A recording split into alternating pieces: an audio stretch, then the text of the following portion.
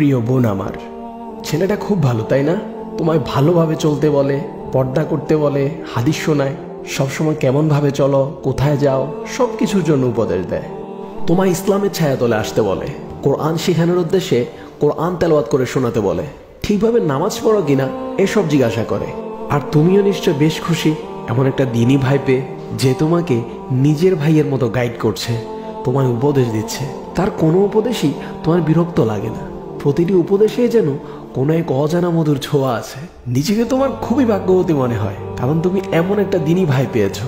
আর ভাই, তুমিও নিশ্চয় খুব খুশি এমন একটা বোন পেয়ে, যে তোমার সব কথা শুনে। আচ্ছা ভাই কিংবা বোন, যদি সে দিনদারি হয় তাহলে সে তোমার সাথে কেন কথা বলে? হে ভাই, তোমার কি দিনী ভাইয়ের অভাব পড়েছে, নাকি বোন তোমার দিনী বোনের অভাব পড়েছে যে তোমাকে দিনী ভাই কিংবা বোন নামক শয়তানের ফাঁদে পা দিতে হবে? তুমি যদিও ভাবছো সে তোমায় দিনদার বানাচ্ছে, বস্তুত তো সে তোমার দিন কেড়ে নিচ্ছে।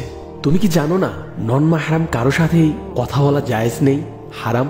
তুমি হয়তো বলবে যে প্রতিদিনের আমল হিসেবে এই দিনই ভাই কিংবা বোনকে দেয়া তো প্রয়োজনের মধ্যেই পড়ে, আর আমরা তো ইসলামিক বিষয় নিয়েই কথা বলি, সুতরাং এটি হারাম হবে না। বোন, তুমি কেন বুঝো না? এটি নিতান্তই ইসলামের নামে শয়তানের একটি মরিচিকা মাত্র। তুমি নামাজ পড়ার আগেও জিনা করছো, নামাজ পড়ার পরও জিনা করছো।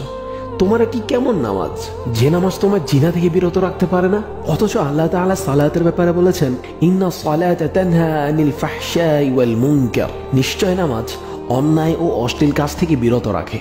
আর কতভাবে বুঝালে তুমি বুঝবে? এখনো সময় আছে, শয়তানের এই ঈমান বিধ্বংসী ফাঁদ থেকে বেরিয়ে আসো। ইহদিনাস সিরাতাল মুস্তাকিম। হে আল্লাহ, আপনি আমাদের সরল সঠিক পথ প্রদর্শন করুন। ভিডিওটি ভালো লাগলে বেশি বেশি শেয়ার এন্ড কপি লিংক করে দিবেন। আর আপনার যদি মনে হয় এই কথাগুলো আপনার কোনো পরিচিত ব্যক্তি শোনা উচিত, তাহলে তাই কমেন্ট বক্সে অবশ্যই মেনশন দিয়ে যাবেন। আর আমাদের ভিডিওগুলো ইউটিউব এন্ড ফেসবুকে পেতে আমাদের পেজ এবং চ্যানেলে চোখ রাখতে পারেন, লিংক বায়োতে দেওয়া থাকবে। ওকে, ফি আমানিল্লাহ। আবারও আমাদের একতরফা কথা হবে নতুন কোনো ভিডিওতে।